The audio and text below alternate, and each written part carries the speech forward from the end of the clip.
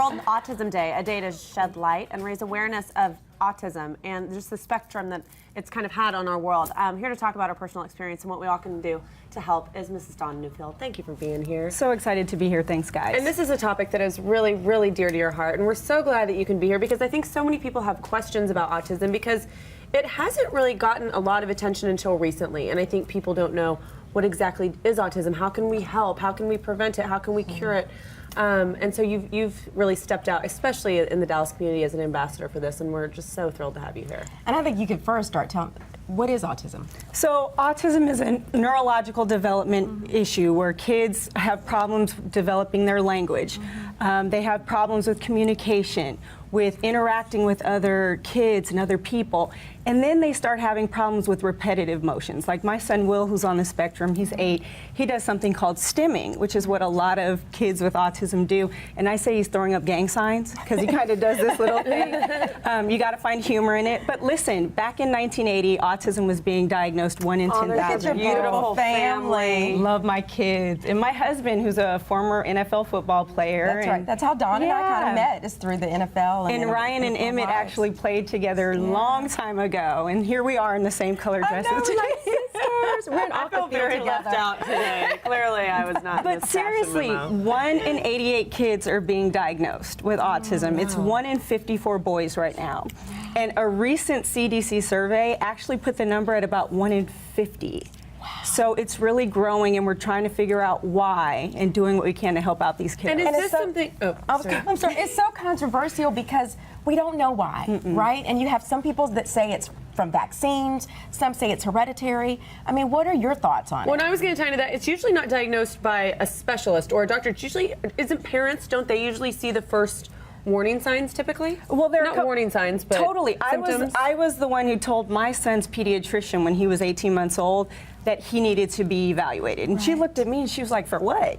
And I said, "For autism." She's like, "No, he's fine." And by 19 months, he was in speech therapy, occupational therapy, physical therapy. What were those signs that you saw that kind of raised that red flag to talk to your pediatrician? He just never really developed his language, which was a big sort of red flag for us.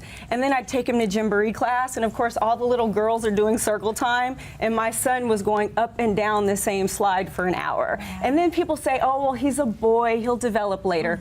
No, no, no. He just went up and down the same slide for an hour. So those were the things I started. As a mother, you have to have the instinct to know there is something different about my child. Let me tell you something. Your mother's intuition when it comes to autism, because you're the first line of defense. The doctor, the pediatrician, they're going to see him for what, 15 minutes? And you spend all your time with these kids. If you see something, you keep fighting. I was going to say, because that's important. When you see it, what do you do next? Big time. You talk to your pediatrician. They can refer you to different evaluating. They can send you to a professional, someone who, that's specifically what they do is diagnose kids with these neurological disorders, and then you get them in therapy. And to answer your question, Pat, we don't know what causes autism. We absolutely know there's a genetic component. That's clear. That's undisputable. And now we're trying to figure out why so many are being diagnosed. Yes, we have more awareness, and that's one of the reasons. But there's something in the environment that's triggering some of these kids. Now, something incredible that's happening the month of April. Y'all are lighting it up blue. That's what we have on our blue. A picture of your house last night. You posted this on Facebook that you have lit your house up blue. And this color is to represent autism and what y'all are doing to raise awareness for. So tell us kind of about April and just things that are going on. Sure. Well, April is Autism Awareness Month, and today specifically is World Autism Awareness Day.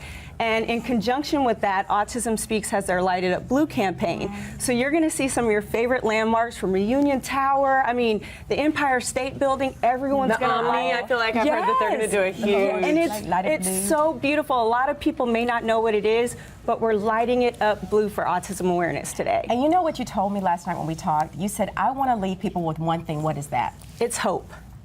If you had told me 6 years ago that my baby would be able to do what he's doing today, I never would have believed you.